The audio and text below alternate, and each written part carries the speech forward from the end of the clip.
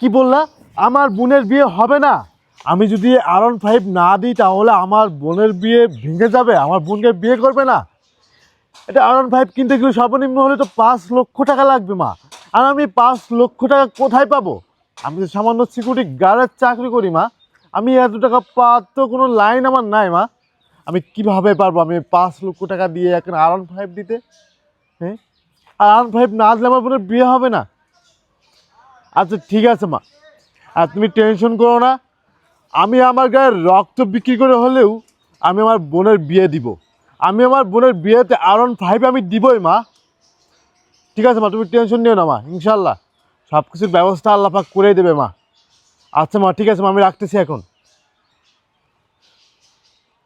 বাবু সাহেব, জি ম্যাডাম, আসসালামু আলাইকুম ম্যাডাম। কি ব্যাপার? সমস্যা কি আপনার? হ্যাঁ, আপনি ঘন্টার পর ঘন্টা এখানে দাঁড়িয়ে দাঁড়িয়ে কলে কথা বলেন। আমি যে এতক্ষণ ধরে আপনার পিছনে দাঁড়িয়েছিলাম, আপনি একবার আমাকে দেখেছেন? না ম্যাডাম, বলছি কি আমি ওই বাড়িতে কথা বলতেছিলাম আমার মায়ের সাথে।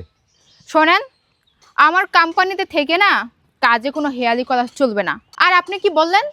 আপনি ফোনে কথা বলছিলেন। আপনাকে কি কলে কথা বলার জন্য আমি আমার কোম্পানিতে রেখেছি? এরকম যদি চলতে থাকে তাহলে তো আমার লস হয়ে যাবে। কখন কে ঢুকবে, কখন কে বের হবে, আপনি কিছুই দেখবেন না। শোনেন, আপনি এখানে সিকিউরিটি গার্ডের চাকরিতে আছেন। আমার কোম্পানিতে একটা লোক ঢোকা আসা যাওয়া সম্পূর্ণ কিছু দেখার দায়িত্ব আপনার। আর আপনি কি করেন? আপনি সারাক্ষণ কলে কথা বলেন। আপনার এসবে কোনো গুরুত্বই নেই। না ম্যাডাম, আমার তো গুরুত্ব আছে ম্যাডাম। আমি আমার দায়িত্ব পালন করি সবসময় ম্যাডাম। আপনি যেটা ভাবতেছেন আসলে তেমন কোনো কিছু না ম্যাডাম। আমি আমার মায়ের সাথে কথা বলতেছিলাম বাড়িতে ম্যাডাম। এই জন্য আর কি ম্যাডাম, আমি ঘন্টাকে ঘন্টা ম্যাডাম কথা বলি না। একটু বেশি দরকার ছিল তাই কথা বলতেছিলাম ম্যাডাম আমি। এই চুপ করেন, একদম কথা বলবেন না। আপনার তো সাহস কম না? আপনি আমার মুখে মুখে তর্ক করছেন। আপনি কি ভুলে গেছেন আমি এই কোম্পানির ম্যাডাম? আর আপনি আমার মুখে মুখে একের পর এক তর্ক করেই যাচ্ছেন। এই, আপনার ফোন দেন। হ্যাঁ আজকের পর থেকে আমার কোম্পানিতে থেকে কারোর সাথে কথা বলা যাবে না। ফোন দেন, ফোন দেন। ম্যাডাম, ম্যাডাম শোনেন, মনোযোগ সহকারে ডিউটি করেন।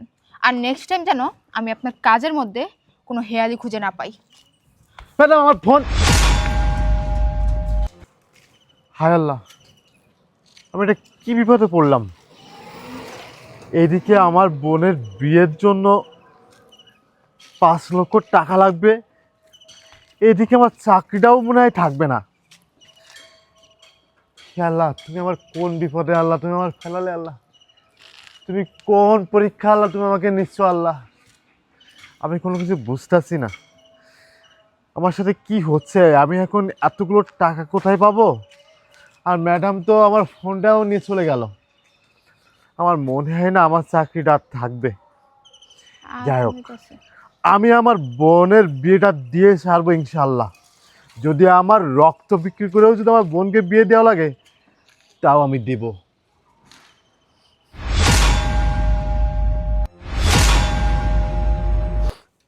আমি এখন কি করব? কারোর সাথে যোগাযোগ করাও কোনো ওয়ে নাই। ছিল সামান্য একটা ফোন, সেটাও ম্যাডাম নিয়ে চলে গেল। আমার বোন, একটা মাত্র বোন আমার, বাবা নাই। মা কত কষ্ট করে মানুষ করেছে আমাদেরকে। ম্যাডাম দাঁড়ান, এই যে খালি জায়গাটা দেখতেছেন না, এখানে 4টা সোফা বসাইতে হবে। আর এই যে দোলনাগুলো দেখতেছেন, এখানে কটা ভিআইপি দোলনা বসাইতে হবে। আর ম্যাডাম এই সকল প্রজেক্টের কাজ এই ফাইলে আছে। আপনি যদি চান আমি আপনাকে দেখাতে পারি, দেখেন। আচ্ছা ঠিক আছে, সমস্যা নেই। সব কাজ যেন ঠিকঠাক মতো হয়, বুঝতে পেরেছো? ম্যাডাম হ্যাঁ, এই যে এই লুকটাকে আমাদের বাসার কেয়ারটেকার মনে হইতাছে না? মনে হচ্ছে না। উনি আমাদের বাসার সিকিউরিটি গার্ড। কিন্তু ম্যাডাম আপনি কিভাবে জানলেন যে এটা আমাদের বাসার সিকিউরিটি গার্ড? আমি সব কিছুই জানি। আর আমার এই বোনটাকে বিয়ে দিতে গেলে এখন 5 লক্ষ টাকা যৌতুক হিসেবে একটা গাড়ি দিতে হবে। আমি এই গাড়িটা দেবো কিভাবে? আর আমি আমার মাকে বললাম, মা যদি আমার রক্ত বিক্রি করেও যদি আমার বোনকে বিয়ে দিতে হয় সেটাও আমি বিয়ে দিব। কিন্তু আমার রক্ত বিক্রি করলে আর কয় টাকাই বা হবে? এই টাকা দিয়ে তো আমি এখন R15 কিনতে পারবো না, 5 লক্ষ টাকা দেখেন গাড়ি কিনে দিতে পারবো না।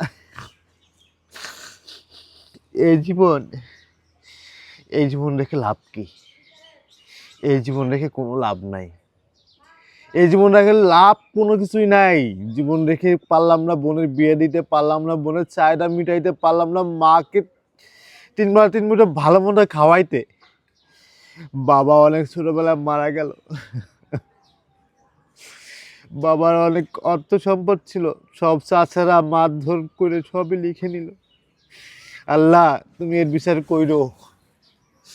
এই জীবন আর রাখবো না, আমি এই জীবনে আসলে আর রাখবো না। এই জীবন রেখে কোনো লাভ নাই। না পারলাম নিজে ভালোভাবে বাঁচতে, না পারলাম পরিবারকে ভালোভাবে বাঁচাইতে, না পারলাম বোনটাকে বিয়ে দিতে। ধরেন। এই জীবন আমি রাখবো না। বাবু সাহেব। ম্যাডাম আপনি বেয়াদব। থাক ম্যাডাম, আসেন উপরে আসেন। আচ্ছা, আপনার কি মাথায় কোনো প্রবলেম আছে? হ্যাঁ, আপনি কেন সুইসাইড করতে যাচ্ছেন? আপনি কি ভুলে গেছেন আপনি আমাদের কোম্পানিতে জব করেন? আপনার পুরোপুরি রিস্ক আমাদের। আপনার যদি একটা ক্ষয়ক্ষতি হয় তার দায়ভার কে নেবে? হ্যাঁ ম্যাডাম, আপনি কি একটা বিষয় চিন্তা করছেন? আজকে যদি এই সিকিউরিটি গার্ড এখান থেকে আত্মহত্যা করতো তাহলে তো আপনি ফেঁসে যেতেন, আপনাকে পুলিশের জেলে নিয়ে যেত। ও তো হচ্ছে আমাদের কোম্পানির কেয়ারটেকার। দেখেন ম্যাডাম, এরকম কেয়ারটেকার রাখার দরকার নেই। একে আগে বাকি বিদায় করে দেন, না হলে আমরা চুপ ফেঁসে করুন। যাব। আচ্ছা বাবু সাহেব, আপনার কি এমন সমস্যা যে আপনি সবশেষে সুইসাইড করতে যাচ্ছেন? শোনেন, পুরুষ মানুষ না এত দুর্বল হলে চলে না। একটা মেয়ে মানুষ আত্মহত্যা করার সিদ্ধান্ত নিতেই পারে, তাই বলে একটা পুরুষ মানুষ কখনো আত্মহত্যা করার সিদ্ধান্ত নেয় না। একটা পুরুষ মানুষের জীবনটা এরকম, তাদের হাজার যুদ্ধ করে বেঁচে থাকতে হয়, তাদের হাজার লড়াই করেও জীবনটা চালিয়ে যেতে হয়। আর আপনার কি এমন আহামরি সমস্যাটা হয়ে গেছে যে আপনি আমাকে বলতে পারলেন না?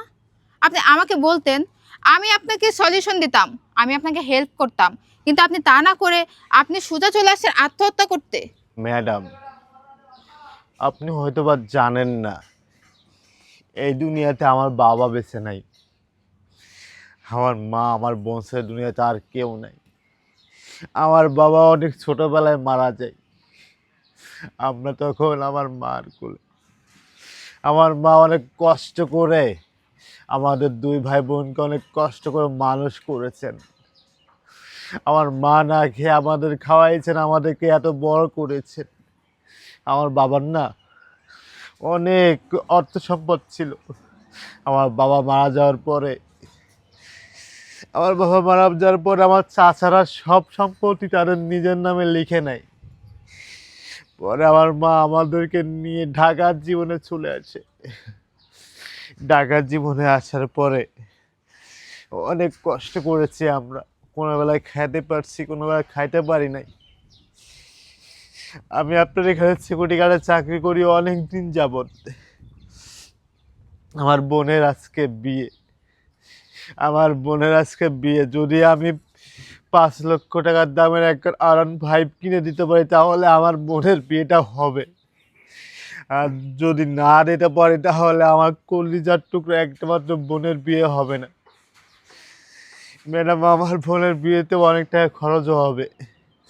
আমি ভাই হিসেবে না পারতেছি আমার বোনের বিয়েতে যাইতে, না পারতেছি আমার বোনের এতগুলো টাকা দিতে।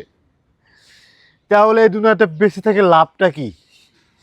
না পারলাম জীবনে মাকে 3 মুঠো ভালো মন্দ খাওয়াইতে, না পারলাম মাকে একটু ভালো একটা জায়গায় ঘুমানোর জায়গা করে দিতে, না পারলাম বোনটাকে একটু ভালোভাবে রাখতে, না পারলাম বোনটাকে একটু ভালো কাপড় পরাইতে। নিজে তো কখনো ভোগ করতে পারি নাই ভালো মন্দ, নিজে তো কখনো ভালো একটা ড্রেস কিনে গায়ে দিতে পারি নাই। এখন আপনি বলুন, তাহলে আপনি বলুন এই জীবনটাকে লাভটা কি আমার, যে জীবনে কোনো মূল্যই আসে না, যে জীবনটা কোনো কাজেই আসে না, এই জীবনটাকে কোনো দামও নাই, কোনো মূল্যও নাই। তাহলে আপনি বলেন এই জীবন রেখে কোনো লাভ আছে? এই দুটো আমি রাখতে চাই না। এই মিয়া, আপনি কি পাগল হয়ে গেছেন? আপনি হলো সামান্য একটা কেয়ারটেকার। এমন কোনো কথা আছে যে আপনার বোনকে R15 দিয়ে বিয়ে দিতে হবে? আপনি যেরকম গরিব, এরকম একটা গরিব লোকের সাথে বিয়ে দিয়ে দিলে তো হয়। হ্যাঁ, উনি তো ঠিকই বলেছেন। আপনি যেরকম, আপনার আর্থিক অবস্থা যেরকম, আপনি ওরকম ঘরে আপনার বোনকে বিয়ে দেন। আপনি কেন এরকম ঘর দেখে বিয়ে দিতে যাবেন যেখানে কিনা বিয়ের আগে যৌতুক চায়? শোনেন, যৌতুক দেওয়া নেওয়া দুইটাই কিন্তু অপরাধ। এই সমাজে কিন্তু যৌতুক এটা কিন্তু ঠিক না। এই যে মানুষে যৌতুক চায়, যৌতুক দেয়, এগুলো কিন্তু আইনের চোখে অপরাধ। আর আপনি কিভাবে রাজি হয়ে গেলেন? আর আপনি এর জন্য আত্মহত্যা করতে চাচ্ছেন? আপনি আপনার বোনের বিয়েতে বাইক দিতে পারছেন না যৌতুক হিসেবে, সেজন্য আপনি নিজেকে শেষ করে দিতে চাচ্ছেন? মানে আপনি কি পাগল? মানে আমার মনে হচ্ছে আপনি পাগল। কারণ একটা সুস্থ স্বাভাবিক মানুষ কখনো এরকম চিন্তাভাবনা মাথায় আনে না। যেহেতু আপনি মাথায় এনেছেন, সেই হিসেবে আপনার মাথায় অবশ্যই কোনো সমস্যা আছে। শোনেন বাবু সাহেব, আমি আপনাকে ঠান্ডা মাথায় কিছু কথা বলি, সেগুলো শোনেন।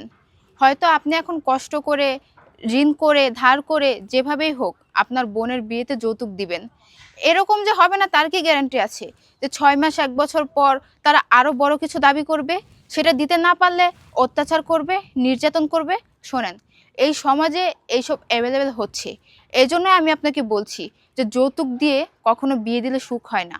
তার চেয়ে বরং যে ছেলে কখনো কিছু চাইবে না, যে ছেলে শুধু আপনার বোনকে চাইবে, আপনি তার কাছে আপনার বোনকে বিয়ে দিন। কারণ তার কাছে বিয়ে দিলে আপনার বোন সারা জীবন সুখে থাকবে। আর যৌতুক দিয়ে যদি বিয়ে দেন, দুদিন পর আর সেই সুখটা থাকবে না। দুদিন পর আপনার বোনের করুণ অবস্থা দেখে তখন আপনার আরও মরে যেতে ইচ্ছে করবে। তাই আমি আপনাকে বারবার বলছি, এসব চিন্তাভাবনা মাথা থেকে বাদ দেন। আর হ্যাঁ, আপনি আপনার বোনের বিয়ের ব্যবস্থা করেন, তবে অন্য জায়গায় করেন, যেখানে ছেলের আর্থিক অবস্থা ওরকম ভালো না, যেখানে আপনার অবস্থার সাথে মিলবে, যে ছেলে আপনার বোনকে ভালোবাসবে, আপনার বোনের যত্ন করবে, সেইখানে বিয়ে দেন। শোনেন, টাকা পয়সা দেখে বিয়ে দিলে সেখানে কখনোই সুখ হবে না। আর একটা কথা, আপনার বোনের বিয়েতে যা যা খরচ লাগে, যত টাকা প্রয়োজন আপনি আমার কাছ থেকে নেবেন, আমি আপনাকে দিব। আর হ্যাঁ, যৌতুক দিয়ে যদি বিয়ে দেন, তাহলে আমার কোম্পানিতে আপনি আর জব করতে পারবেন না। আমার এখান থেকে চাকরি ছেড়ে দিতে হবে, কারণ আমি কোনো অনৈতিক লোককে আমার কোম্পানিতে রাখি না। আশা করি আপনি আমার কথা বুঝতে পেরেছেন। হ্যাঁ ম্যাডাম, আপনি আমার চোখটা খুলে দিলেন। আসলে কথায় আছে না, শিক্ষা জাতির মেরুদণ্ড। যার ভিতরে যত শিক্ষাগত যোগ্যতা আছে, যার ভিতরে যত ব্রেন আছে, যে সুন্দর করে মানুষকে গুছিয়ে বুঝিয়ে বলতে পারে, তেমন ম্যাডাম আপনি একজন। ম্যাডাম আমি তো বেশি শিক্ষিত না ম্যাডাম, আসলে বাবা মারা যাওয়ার পরে বেশি পড়াশোনা করতে পারি নাই। খুব কষ্ট করে অল্প একটু পড়াশোনা করেছিলাম। আর দেখেন আপনি কত শিক্ষিত একজন মানুষ, কত সুন্দরভাবে নিখুঁতভাবে আপনি আমাকে বুঝালেন। এই বুঝটা যদি আমাকে অন্য কেউ দিত, তাহলে আজকে আমার এত বড় ডিসিশন আমার নিতে হতো না। আজকে আমার জীবনের সাথে ঘটে যাচ্ছিল এত বড় একটা ঘটনা, যে ঘটনা থেকে ম্যাডাম আপনি আমাকে বাঁচালেন, আপনি আমার জীবন ফিরিয়ে দিলেন ম্যাডাম। যাই হোক ম্যাডাম, আপনি আমার চোখ খুলে দিয়েছেন। আসলে আমি যদি আজকে আমার বোনকে টাকার বিনিময়ে, এখন গাড়ির বিনিময়ে বিয়ে দিয়ে থাকি, তাহলে হয়তো বা 1 মাস পরে ওই ছেলে আবারও আমাদের কাছে দাবি করতে পারে অন্য বড় কিছু। আসলে সে আসলে আমার বোনকে ভালোবাসে না, ভালোবাসে শুধু আমার গাড়িটাকে, আমার টাকাটাকে। যদি আজকে আমি টাকা দিতে পারি, যদি আজকে আমি গাড়ি দিতে পারি, তাহলে সে আমার বোনকে বিয়ে করবে। তাহলে সে তো আমার বোনকে ভালোবাসে না, সে ভালোবাসে ওই গাড়িটাকে, ওই টাকাটাকে। এমন ছেলের সাথে আসলে আমি আমার বোনকে কখনো বিয়ে দিব না। আর আমি যদি বিয়ে দিতাম, তাহলে আমার জীবন সবথেকে বড় অপরাধটা আমি করতাম। ম্যাডাম আপনি যে কথাগুলো বলেছেন আমি মাথায় রাখবো সবসময়। আমি এই ছেলের সাথে আমি কখনো আমার বোনকে বিয়ে দেবো না। আমি ওই ছেলের সাথে বিয়ে দেবো যে আমার বোনকে 3 বেলা 3 মুঠো ডাল ভাত খাওয়ায় সুন্দরভাবে ভালোবাসা দিয়ে ভালো রাখতে পারবে। আমি ওই ছেলের সাথে আমি আমার বোনকে বিয়ে দিব, কিন্তু এই ছেলের সাথে আমি আর বিয়ে দিব না, যৌতুক দিয়ে কারোকে বিয়ে দিব না। ম্যাডাম ধন্যবাদ আপনাকে ম্যাডাম, অসংখ্য ধন্যবাদ ম্যাডাম আপনাকে। যাক, আপনি যে বুঝতে পেরেছেন এটাই অনেক। রাজু সাহেব, জি ম্যাডাম। টাকাগুলো দেন। কি বলেন ম্যাডাম, আপনার কি মাথা খারাপ হয়ে গেছে? এই টাকাগুলো তো আমাদের রেস্টুরেন্টের প্রজেক্টের টাকা, অ্যাডভান্স টাকা। আপনাকে দিতে বলছে, আপনি দেন। আচ্ছা ম্যাডাম, আপনার টাকা এই নেন। বাবু সাহেব, জি ম্যাডাম। এখানে 2 লক্ষ টাকা আছে। এই 2 লক্ষ টাকা আপনি নেন। আপনার বোনের বিয়ের সমস্ত ব্যবস্থা করেন। আরও যদি লাগে আমি আপনাকে দিব। আপনার যখন যেখানে যেটা প্রয়োজন আপনি কোনো দ্বিধাবোধ না করে সঙ্গে সঙ্গে আমাকে জানাবেন। আপনি আমার এখানে প্রায় 7 বছর ধরে আছেন। এই 7 বছর ধরে আপনার ভিতরে কখনো আমি কোনো ভুল খুঁজে পাইনি। আপনি সবসময় নিজের কাজের মতো করে আমার কাজটা আগলে রেখেছেন, খুব যত্ন সহকারে আমার কাজটা করেছেন। আর আজকে যে আপনার সাথে আমি ব্যবহারটা করেছি সেটা আমি ইচ্ছে করে করিনি। আমি পেছন থেকে আপনার সব কথাই শুনেছিলাম, আর সেই কথাগুলো শুনেই আপনার সাথে এই ব্যবহারটা করেছি, যেন আমি আপনাকে বোঝাতে পারি, যেন আমি আপনাকে সবটা বলতে পারি। কারণ আপনি তো নিজে থেকে কখনো আমাকে কিছু বলেননি, হয়তোবা বলার সাহসটা পাননি তাই বলেননি। কিন্তু যখন আমি নিজে থেকে সব কিছু জানতে পারলাম তখন আমি আর আটকে থাকতে পারলাম না।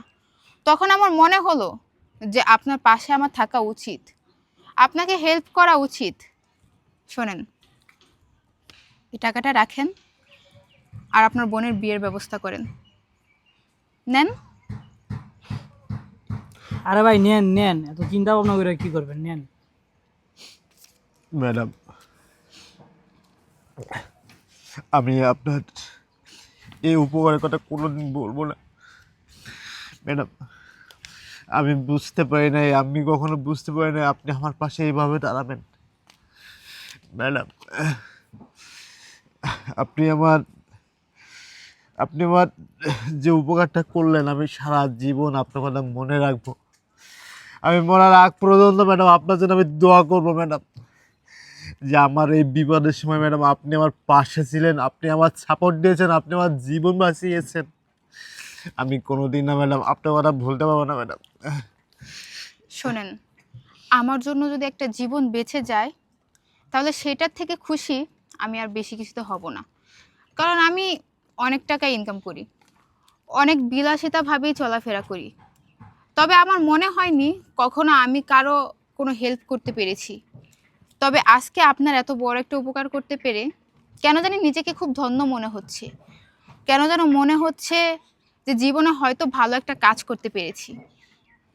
আচ্ছা, এসব বাদ দেন, এখন আর এসব বলে লাভ নেই। রাজু সাহেব, জি ম্যাডাম। ওনার ফোনটা ওনাকে দেন। এ নাও। আচ্ছা, আপনি আপনার বাড়িতে কল দিয়ে সব কিছু কথাবার্তা ঠিক করেন। দরকার হয় আমি নিজে আপনার বাড়িতে যাব, গিয়ে আপনার বোনের জন্য যে ছেলে দেখবেন সেই ছেলেকে আমিও দেখে আসব।